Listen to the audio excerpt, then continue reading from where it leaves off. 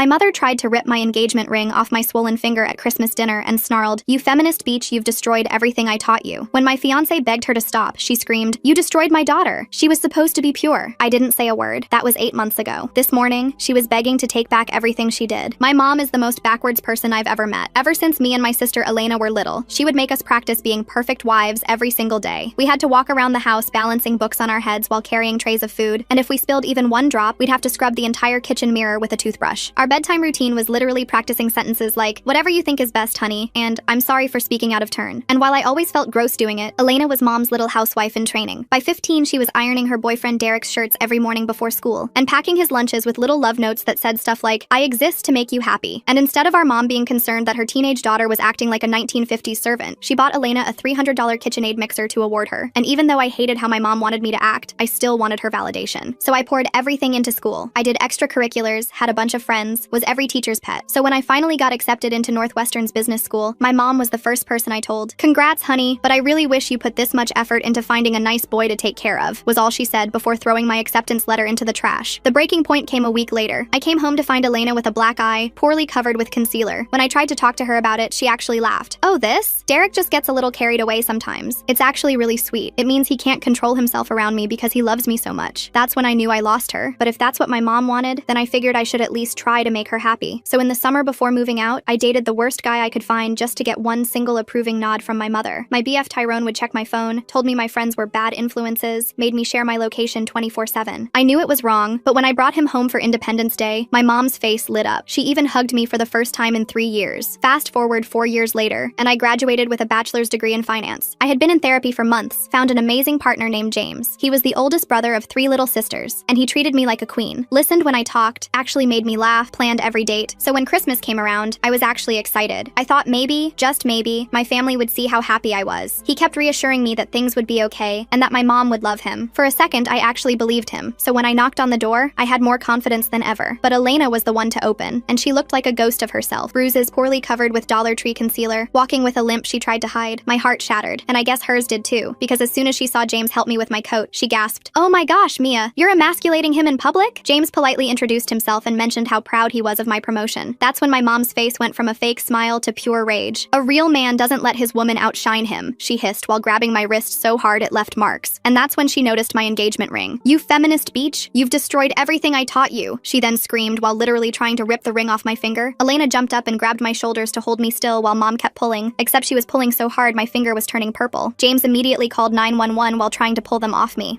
I figured by this point my parents would realize they were assaulting me, but no, my mom grabbed a kitchen knife and lunged at James. "You destroyed my daughter. She was supposed to be pure." Meanwhile, my finger felt like it was being torn off and I couldn't stop screaming. Luckily, the cops arrived fast, and by the time the paramedics checked me out, my finger was dislocated and deeply cut from the ring being forced off. By the time the substances wore off, I was furious. My mom kept calling me. James was telling me he's sorry for embarrassing me and asking me if I was sure I still liked him. But all the noise around me simply came in one ear out the other, because I was going to have a relationship with James, and I was going to make my family back off. And make my family back off I did. I blocked every single number. Mom, Elena, even distant relatives who might pass messages. James helped me change all my passwords and set up new email accounts. My hands shook as I deleted years of photos from my phone, but each deletion felt like cutting a rope that had been strangling me. The first week was quiet, too quiet. I threw myself into work, staying late at the office to avoid thinking about what happened. My finger still throbbed where the ring had been forced off, and James bought me a simple chain to wear it on until the swelling went down. My coworkers noticed the bandage, but I just said kitchen accident and changed the subject. Then Thursday morning, my boss McCatherine called me into her office. She had this weird expression, like she'd eaten something sour. "Mia, I received a concerning call about you yesterday. Your mother claims you stole family heirlooms worth thousands of dollars." My stomach dropped. I gripped the armrest of the chair until my knuckles went white. "That's not true. I haven't taken anything from them." She also mentioned you might be having some mental health challenges, said you've been acting erratically, that your boyfriend is controlling you. McCatherine leaned back in her chair, studying me. "Now, I've worked with you for 2 years. This doesn't sound like you, but I had to ask." I pulled out my phone with trembling fingers and showed her the police report from Christmas. Her eyes widened as she read about the assault, the dislocated finger, the knife. "I'm trying to get a restraining order. She's lying because I cut contact." McCatherine's face softened. "I'm sorry you're dealing with this. But Mia, she called 3 times yesterday. My assistant fielded 2 more calls this morning. If this continues, it could affect your promotion review." I left her office feeling sick. 3 years I'd worked for that promotion. 3 years of 60-hour weeks, perfect presentations, bringing in new clients, and my mother was trying to destroy it with a few phone calls. James was waiting in the parking lot with coffee and my favorite sandwich. He'd started doing that, showing up when he knew I'd need support. "How bad?" he asked as I I slumped into the passenger seat. She's calling my work, making up lies about theft and mental problems. I took a shaky sip of coffee. McCatherine believes me for now, but if this keeps up, we're filing harassment charges today, James said firmly. My sister Ashley works at a law firm. She can help us figure out the paperwork. Ashley turned out to be a godsend. She was the middle sister, sharp as a tack with wild curly hair and a no-nonsense attitude. She sat us down at her kitchen table that evening with a stack of forms and a recorder. Document everything. Every call, every contact attempt, every lie. We're building a paper trail. I spent hours writing out dates and incidents while Ashley organized everything into neat folders. James sat beside me, occasionally squeezing my shoulder when my hand cramped from writing. By the time we finished, we had 20 pages of documentation going back years. This is good, Ashley said, scanning through everything. Shows a clear pattern of escalation. We'll file first thing tomorrow. But my mother escalated faster than we could file paperwork. Saturday morning, I woke to pounding on our apartment door. Not knocking, pounding. James checked the peephole and immediately pulled me back into the bedroom. Stay here. It's the police. My heart hammered as he went to answer. I could hear muffled voices. Then James saying loudly, no, she's not being held against her will. This is harassment. I threw on clothes and walked out to find two officers in our living room. The older one looked tired, like he'd dealt with this too many times. Ma'am, we received a report that you're being held hostage by your boyfriend. Your mother says he's abusing you. She's lying. My voice came out steadier than I felt. I have a police report from where she assaulted me on Christmas. She dislocated my finger trying to rip off my engagement ring. I showed them the report, the photos of my injured hand, the documentation Ashley helped us prepare. The officers exchanged looks. The younger one actually sighed. Third wellness check this week that turned out to be family drama. Ma'am, you might want to consider a restraining order. We're working on it, James said. After they left, I couldn't stop shaking. James made tea while I sat on the couch, wrapped in the blanket his grandmother had made. She told our neighbors I'm abusing you. Mrs. Chen was watching through her peephole when the cops came. The next few days blurred together. More calls to my work, more police visits. My mother had apparently made friends with several neighbors, spinning tales about her poor daughter trapped by a controlling man. Mrs. Chen started avoiding me in the hallway. The guy from 3B asked James if everything was okay at home, with this look like he was ready to throw hands. Then Elena started calling. Not my number. She knew I'd blocked her. She called James's phone, leaving voicemails that he'd play for me with the volume low. Mia, this is all your fault. Derek left me. He said our family is too much drama, that it makes him look bad. You ruined everything. If you just played along, none of this would have happened. Her voice sounded slurred in the messages, like she'd been drinking. You think you're so much better than us with your fancy degree and your feminist boyfriend, but you're going to end up alone, just like me. Derek was the only man who ever loved me, and you drove him away. I wanted to scream that Derek was an abuser, that she was better off without him, but what was the point? She'd made her choice long ago. The harassment charges were filed on a Tuesday. Ashley walked us through every step, making sure we had copies of everything. The clerk at the courthouse looked at our stack of evidence and whistled low. This is thorough. Good job documenting. But filing charges just made my mother more creative. Thursday afternoon, McCatherine called me in again. This time, she looked genuinely concerned. Mia, I need to tell you something. Your mother has been calling other departments. She told accounting you embezzle. She told HR you sell substances in the parking lot. She even called our biggest client claiming you've been stealing their data. I sank into the chair, feeling like the floor had dropped out. I'm so sorry. I have harassment charges filed. I'm trying to stop her. I know. I've spoken to legal and they're aware of the situation. But Mia, she paused, choosing her words carefully. The promotion committee meets next week. This kind of disruption, even though it's not your fault, it doesn't look good. I left work early, sitting in my car in the parking lot trying not to cry. 3 years of work, about to be destroyed because my mother couldn't accept that I wanted a different life. When I got home, James was on the phone with Ashley. His face was grim. She started telling people in your hometown that you joined a cult. My mom just got a call from her hairdresser asking if it's true that I'm a cult leader who brainwashed you. I laughed, but it came out hysterical. A cult? That's her explanation for me not wanting to be abused? Apparently feminism is the cult, Ashley said through speakerphone. She's telling everyone you've been indoctrinated by radical feminists at college and James is your handler or something. The calls kept coming. The lies got wilder. My mother claimed I was on substances, that I was pregnant with another man's baby, that James was forcing me into prostitution. Each story was more outrageous than the last, but people listened. People always listen to a crying mother worried about her daughter. My promotion review was pushed back indefinitely. McCatherine tried to be supportive, but I could see the strain in her face every time my mother's calls disrupted the office. Security had to start screening calls. The receptionist began recognizing my mother's voice and hanging up immediately. Then came the wedding planning. James and I had decided on a simple courthouse ceremony. After everything with my family, a big wedding felt like inviting disaster. We picked a date 3 months out, filed the paperwork quietly, and told only his sisters and a few close friends. But somehow, my mother found out. I was at work when Ashley called, her voice tight with anger. Mia, does your mother have a cousin who works at City Hall? Because someone just told her about your marriage license application. My blood ran cold. Cousin Thon, he works in records. Well, Cousin Thon just became an accessory to harassment. Your mother knows your wedding date, time, and location. James picked me up from work early. We drove straight to the courthouse to see if we could change the date, but the clerk shook her head. You'd have to reapply, pay new fees, wait another 3 days, and if someone's already checking records, they'll just find the new date too. We sat in the courthouse lobby, trying to figure out options. Eloping to Vegas felt like running away. Having security at a courthouse wedding felt insane. But what choice did we have? We stick to the plan, James said finally. Let her show up. Let her make a scene. More evidence for the restraining order. But I knew my mother. A scene was exactly what she wanted. The weeks weeks leading up to the wedding were a special kind of hell. The police visits increased. My mother had perfected her concerned mother act, showing up at our apartment complex at all hours to tell anyone who'd listen that her daughter was in danger. The property manager started sending us warnings about disturbances. Elena's voicemails got nastier. You know Derek's brother Brandon is single? Mom thinks he'd be perfect for you. A real man who knows how to keep a woman in line, not like that pathetic excuse you're with. I played the message for Ashley during one of our legal prep sessions. She shook her head in disgust. Save everything. The judge needs to hear how they talk about you. Work became my only escape, but even that was tainted. I'd catch coworkers whispering, see the pitying looks when they thought I wasn't watching. My mother had called so many times that everyone knew my business. The drama girl with the crazy family. 2 weeks before the wedding, James's parents offered to let us stay with them, just until things calmed down. His mom, Catherine, said gently, "You both look exhausted." We packed essentials and moved into their guest room. It felt like hiding, but at least the police couldn't find us there for wellness checks. At least my mother couldn't pound on the door at 3 a.m., but she found other ways. My work email started getting flooded with responses to job applications I hadn't sent. Apparently, I'd applied to every adult entertainment venue in the city. The emails were explicit, asking about my experience and willingness to perform. It had to get involved to trace the source. The applications came from an IP address registered to your childhood home, the IT guy told me quietly. Might want to change all your passwords again. James helped me lock down everything. New passwords, two-factor authentication, security questions my mother couldn't guess. But the damage was done. People at work looked at me differently now, wondering what kind of person attracts this level of drama. A week before the wedding, Catherine called me in one last time. "Mia, I'm going to be straight with you. The promotion is off the table for now. Not because of your performance, but the board feels this situation has become too disruptive. Maybe next year, once things have calmed down." I nodded, not trusting myself to speak. 3 years of work, gone, because my mother couldn't accept that I didn't want to be abused. James held me that night while I cried angry tears into his chest. His sisters surrounded us, Ashley reviewing legal documents while the youngest, Victoria, made endless cups of tea. They'd become the family I'd always wanted, supportive and kind and normal. "We could postpone the wedding," James suggested gently. "Wait until the restraining order goes through." No, I wiped my eyes, feeling something harden inside me. She's taken my promotion. She's not taking this too. The morning of our wedding dawned gray and drizzly. Perfect weather for what was about to happen. Ashley had arranged for courthouse security to be on alert. James's parents and sisters would be our only guests, our witnesses to whatever chaos my mother had planned. We arrived early, going through security and finding our assigned courtroom. Every footstep echoed in the marble hallway. Every opening door made my heart race. But for 20 minutes, nothing happened. Just us and the people who actually loved us, waiting for our turn with the judge. Then the doors burst open. My mother stormed in wearing her best church dress, the one she saved for trying to impress people. Behind her was Elena, glassy-eyed and unsteady, and a man I'd never seen before who must have been Brandon. He looked like Derek, but softer, like someone had put Derek's face on a teddy bear. "Stop this blasphemy right now," my mother's voice echoed off the walls. "My daughter is clearly not in her right mind." Security moved immediately, but my mother was faster. She grabbed my arm, nails digging in through my sleeve. "Mia, baby, this isn't you. This man has poisoned your mind. Brandon here is willing to forgive everything, to take you back to the right path." Brandon stepped forward with this rehearsed smile. "Hi, Mia. Your mother's told me so much about you. I think we could be really happy together. I know how to handle a strong-willed woman." James moved between us, his voice deadly calm. "Let go of her. Now. You shut your mouth." My mother whirled on him. "You're not man enough for my daughter. You let her work. Let her think she's equal. Brandon knows a woman's place." Security finally reached us, pulling my mother back. She fought them, screaming about brainwashing and cults and feminism destroying families. Elena stood there swaying, occasionally adding slurred comments about real men and proper wives. "Ma'am, you need to leave," the security guard said firmly. "You're disrupting court proceedings." "I'll contest this marriage," my mother shrieked as they dragged her toward the door. "She's mentally incompetent. Feminism has poisoned her mind. This isn't legal." The doors closed on her threats, but we could still hear her screaming in the hallway. The judge, who'd watched the whole thing with raised eyebrows, cleared his throat. "Would you like a few minutes?" "No," I said, surprising myself with how steady my voice was. "We'd like to get married now." The ceremony was short and sweet. James's family cried happy tears while we exchanged rings, the same rings my mother had tried to destroy. When the judge pronounced us married, I felt something inside me finally break free. Not broken, but free. We were walking out, officially married, when Ashley's phone rang. She listened for a moment, then her face went pale. "That was my office. Your mother just submitted paperwork trying to get power of attorney over you. She's claiming you're mentally incompetent due to feminist indoctrination." I stopped in the middle of the courthouse lobby, feeling the weight of it all crash down. The harassment, the lost promotion, the constant attacks, and now this. My own mother trying to legally control me because I wouldn't submit to abuse. She listed Elena as a supporting witness. Ashley continued, "They're claiming you need intervention before you hurt yourself or others." James's hand found mine, solid and warm and real. His family surrounded us, protective and furious on my behalf. And in that moment, I made a decision. "Okay," I said, squaring my shoulders. "If she wants a legal fight, she'll get one. I'm done running. I'm done hiding. She wants to prove I'm crazy? Let her try." Ashley smiled, sharp and lawyer-like. "Good, because I've been documenting everything. Every call, every lie, every police visit. We're going to bury her in evidence." As we left the courthouse, officially married and ready for war, I thought about the girl I used to be, the one who practiced saying, "Whatever you think is best, honey," until the words felt like poison in her mouth. That girl was gone, replaced by someone who knew her worth. My mother had tried to break me. Instead, she'd helped forge me into someone stronger, someone who wouldn't apologize for existing. The war was just beginning, but for the first time, I was ready to fight. The next morning, Ashley had us in her office by 8 a.m. She'd pulled in favors to get an emergency consultation with her firm's senior partner, a woman named McCatherine, who specialized in family law and harassment cases. McCatherine reviewed our documentation with laser focus, occasionally making notes in the margins. Your mother's power of attorney filing is concerning but poorly executed, McCatherine said, tapping her pen against the desk. She's claiming mental incompetence based on ideological differences. No judge will take that seriously, but we need to respond aggressively. She outlined our strategy while I took notes with shaking hands. File counter documentation from my therapist. Gather character witnesses from work. Submit evidence of my academic achievements and professional success. Build an overwhelming case that I was not only competent, but thriving despite my family's interference. James squeezed my hand under the table. What about the harassment at her workplace? Can we use that? Absolutely. In fact, it strengthens our position. McCatherine pulled out more forms. We're going to file for an emergency restraining order based on the courthouse incident and workplace harassment. The power of attorney attempt shows escalation. We spent 3 hours in that office, signing documents and providing evidence. The retainer fee made me wince. There went half my savings for the honeymoon we'd planned. But what choice did I have? That afternoon, I returned to work to find McCatherine waiting by my desk. My stomach sank. Had my mother called again? Mia, we need to talk about yesterday, she said, but her expression was softer than I expected. It finished their investigation. Your mother sent those inappropriate job applications from her home computer. We're pressing charges for identity theft and cyber harassment. Relief flooded through me. Thank you. I'm so sorry about all of this disruption. Stop apologizing. McCatherine's voice was firm. You're being stalked and harassed. HR wants to implement new security protocols. Your mother and sister are banned from the premises. If they show up, security will call the police immediately. But my mother was always 2 steps ahead. 3 days later, I was presenting quarterly reports to our biggest client when the conference room door burst open. My mother stood there in her Sunday best, Elena beside her looking hollow-eyed and desperate. There she is! My mother's voice filled the room. My poor daughter who's been brainwashed by feminists. We're here to save you, honey. The clients, 2 older men in expensive suits, looked between us in shock. I stood frozen, my presentation remote slipping from my hand. Mia needs help, Elena added, her words slightly slurred. She's been poisoned against her family, against God's plan for women. Security arrived within minutes, but the damage was done. My mother managed to shout about my mental illness and dangerous lifestyle before being dragged out. Elena stumbled after her, crying about how I'd ruined her life. The clients left immediately. The contract worth $2 million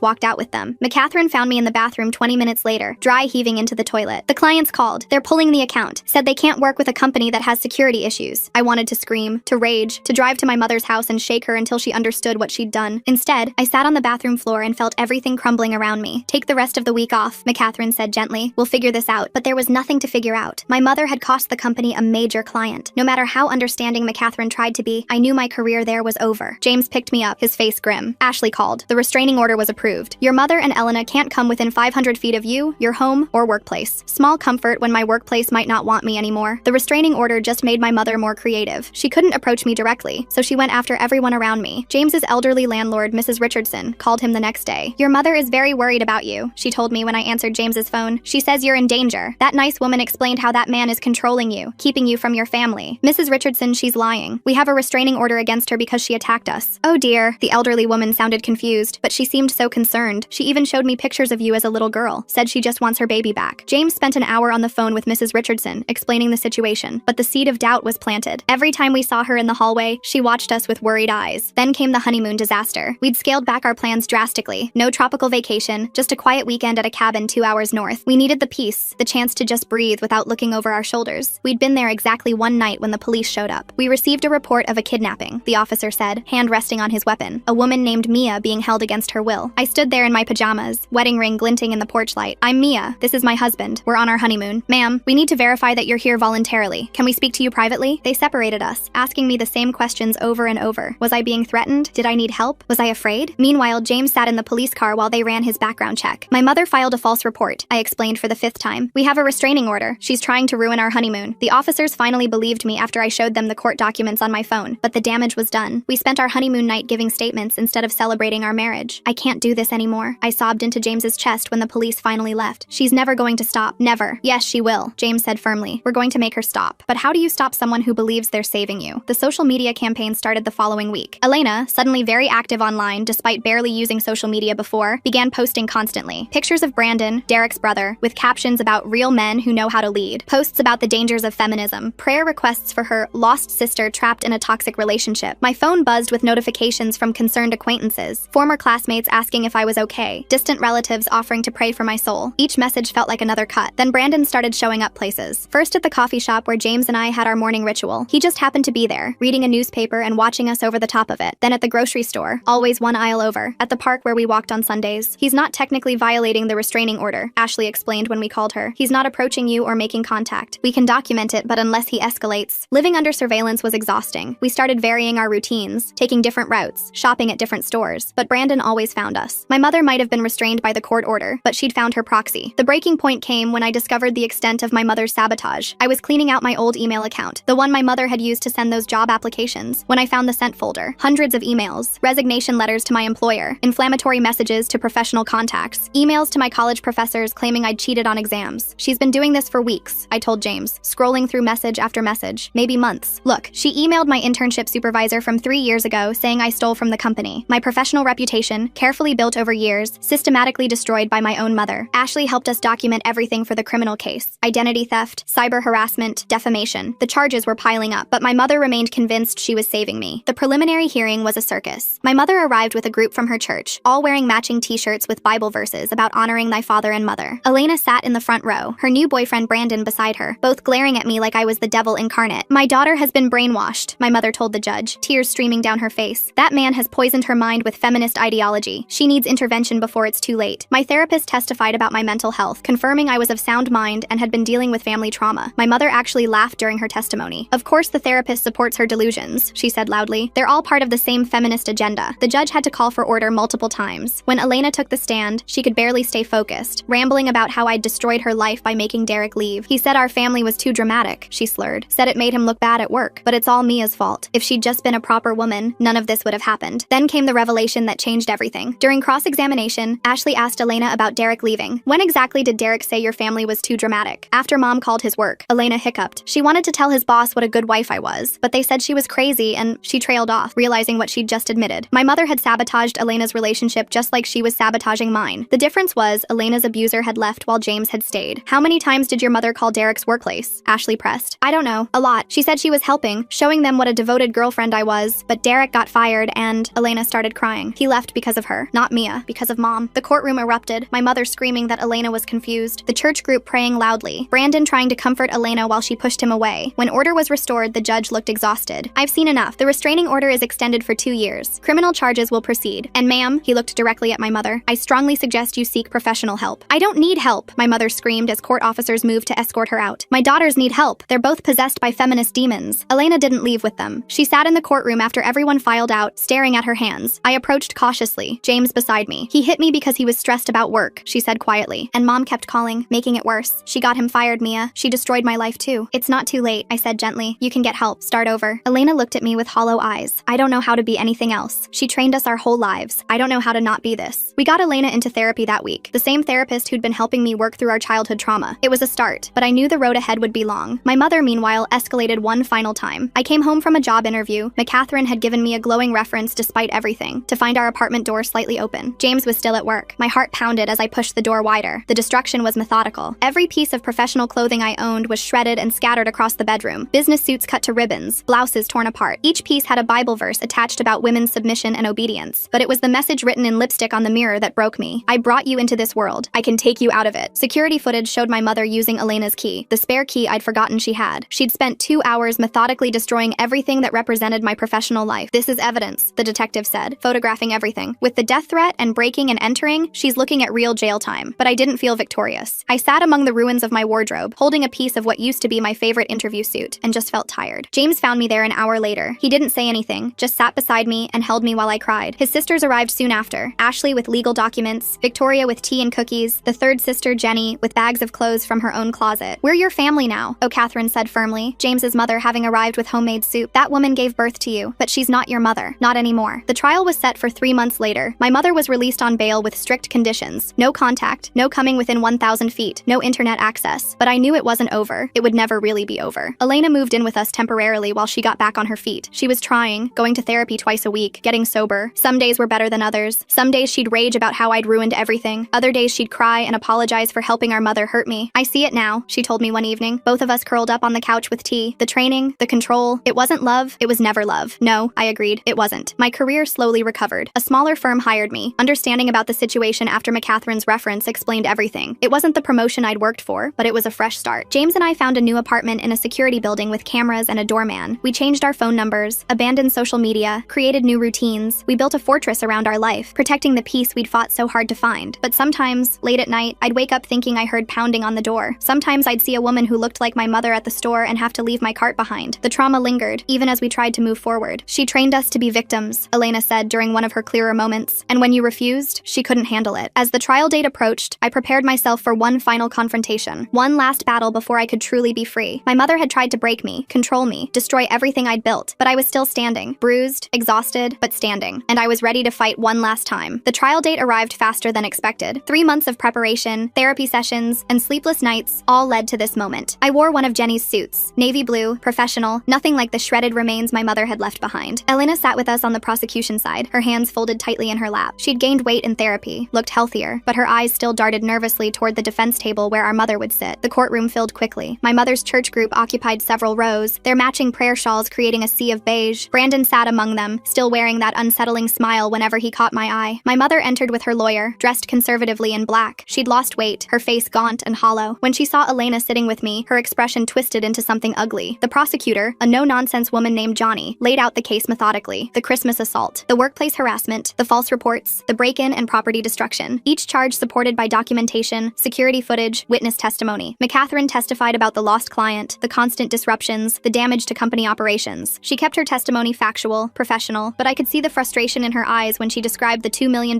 contract walking out the door. Mrs. Richardson took the stand next, explaining how my mother had approached her multiple times, crying about her kidnapped daughter. The elderly woman seemed confused by the whole situation, kept asking the judge if she'd done something wrong by listening. Then came the security footage from my apartment. The courtroom watched in silence as my mother methodically destroyed every piece of professional clothing I owned. The precision of it, the time she took attaching Bible verses to each ruined garment. When the camera caught her writing the death threat on the mirror, several jury members visibly recoiled. My mother's defense was exactly what I expected. Her lawyer painted her as a concerned parent, driven to extremes by worry for her daughter's safety. They brought character witnesses from her church, each testifying about what a devoted mother she'd always been. She just loves her daughters so much, one woman testified. Sometimes that love makes people do desperate things. But the prosecution had Elena. My sister took the stand on day 2, wearing a simple dress that covered the fading bruises on her arms. She spoke quietly at first, describing our childhood training. The books balanced on our heads, the practiced phrases of submission, the way our mother rewarded compliance and punished independence. She called Derek's workplace 17 times, Elena said, her voice growing stronger. I counted later, went through his phone records, 17 times telling his boss what a good girlfriend I was, how I ironed his shirts and packed his lunches. They fired him for the disruption. The defense attorney tried to shake her testimony, suggesting she was confused, manipulated by me, but Elena held firm. My mother didn't save me from Derek. She drove him away with her interference, just like she's trying to destroy Mia's life. The only difference is Mia found someone strong enough to stay. My mother couldn't contain herself. She stood up, pointing at Elena. You ungrateful child. I gave you everything. I taught you how to be a proper woman. The judge called for order, threatened contempt charges, but the damage was done. The jury had seen the real woman behind the concerned mother mask. I testified last. Johnny walked me through everything chronologically, letting the evidence speak for itself. When we reached the part about the destroyed wardrobe, she had me identify pieces of clothing from the evidence photos. This was my interview suit, I said, holding up a photo of navy fabric cut to ribbons. I wore it to every important meeting for 3 years. And this? Johnny held up another photo. My Northwestern graduation dress. My mother didn't attend the ceremony, but I kept the dress anyway. The defense's cross-examination focused on my radical feminist beliefs and how I'd abandoned family values. They tried to paint me as an ungrateful daughter who'd chosen career over family. Isn't it true you refused to date men your mother approved of? The defense attorney asked. My mother approved of men who controlled and monitored me. So yes, I refused. And you chose to pursue a career instead of starting a family? I chose to pursue both. I have a career and a loving marriage. They're not mutually exclusive. The jury deliberated for 6 hours. Elena and I waited in a small room with James and Ashley, drinking terrible courthouse coffee and jumping every time the door opened. My mother's church group held a prayer circle in the hallway until security made them move to the lobby. When the verdict came, I gripped James's hand so tight I probably cut off circulation. Guilty on all counts. Criminal harassment, cyber harassment, identity theft, breaking and entering, property destruction over $5,000, making criminal threats. My mother's face went white. She turned to stare at me as the judge read the sentences. 2 years for the combined harassment charges, 18 months for breaking and entering, 1 year for property destruction, 3 years for the death threat, to be served concurrently, with possibility of parole after 18 months. Additionally, the judge continued, the defendant is ordered to pay full restitution for damaged property and lost wages. The existing restraining order will be extended for 10 years upon release. They led my mother away in handcuffs. She didn't scream or cry, just stared at me with hollow eyes. The church group filtered out slowly, some crying, others muttering about injustice. Brandon lingered, approaching despite Ashley stepping protectively closer. This isn't over, he said quietly. Your mother was trying to save save you. Someone needs to continue her work. That sounds like a threat, Ashley said, already pulling out her phone. Would you like to repeat it for the police? He backed away, hands raised, that creepy smile finally faltering. The next few weeks felt surreal. My mother was actually gone, locked away where she couldn't reach me. No more wellness checks, no more workplace calls, no more looking over my shoulder. Elena struggled with guilt. Some days she'd blame herself for testifying. Other days she'd rage about the years of manipulation. Her therapist increased sessions to 3 times a week. I don't know who I am without her voice in my head, she told me one evening. Every decision I make, I hear her telling me I'm doing it wrong. Work gradually returned to normal. The whispers stopped. The pitying looks faded. McCatherine even mentioned that next year's promotion cycle looked promising, though we both knew it would take time to fully rebuild. James's family enveloped us completely. Sunday dinners at his parents' house became our new routine. His sisters included Elena in everything, teaching her that family could mean support instead of control. 6 months into my mother's sentence, I got a letter. The prison return address made my hands shake. James offered to read it first, but I needed to do it myself. It was exactly what I expected. No apology, no acknowledgement of wrongdoing, just Bible verses about honoring thy mother and warnings about my eternal soul. She'd found religion in prison, she wrote. She was praying for my salvation. I burned it in the sink, watching the edges curl and blacken. Elena watched from the doorway. Did you read it? Yeah. And? Same old mom, still trying to save my soul. Elena laughed, but it sounded hollow. At least she's consistent. The first anniversary of the trial passed quietly. Elena had moved into her own apartment by then, a small studio she decorated with plants and photos of us. She'd started taking community college classes, thinking maybe about becoming a counselor herself. I want to help other women like us, she explained, the ones who don't know they're being abused because it looks like love. Brandon eventually stopped his surveillance after Ashley filed harassment charges. He found another woman to handle, according to Elena's sources. We hoped she'd escape faster than Elena had. My career slowly rebuilt. The promotion came through eventually. Not the one I'd originally wanted, but good enough. I learned to stop apologizing for the chaos my family had brought to the workplace. McCatherine became something of a mentor, sharing her own stories of difficult family members. The difference, she told me once, is that you stood up to yours. Not everyone has that courage. James and I renewed our vows on our 2nd anniversary. A proper ceremony this time, with his family and our chosen friends. Elena was my maid of honor, still fragile but standing tall beside me. No disruptions, no drama, just love and support and normal family joy. My mother served 18 months before parole. We learned about it through official channels. The victim notification system worked exactly as designed. She'd been released to a halfway house 2 states away, part of her parole conditions. The restraining order meant she couldn't return to our city for 10 years. Elena panicked when we got the notification. Old patterns die hard, and part of her still expected our mother to show up immediately. But days passed, then weeks, then months. No contact, no violations, just blessed silence. Maybe prison actually changed her, Elena said hopefully one day. I doubted it. More likely she'd found new people to control, new daughters to save. But that wasn't my problem anymore. The last I heard, through distant relatives who still sent occasional updates, she'd joined a new church in her halfway house city. She told everyone there about her 2 daughters who'd been led astray by feminism, how she'd tried to save them and been persecuted for it, how she prayed every day for their return to righteousness. Let her pray. Let her tell her stories to anyone who'd listen. She couldn't hurt us anymore.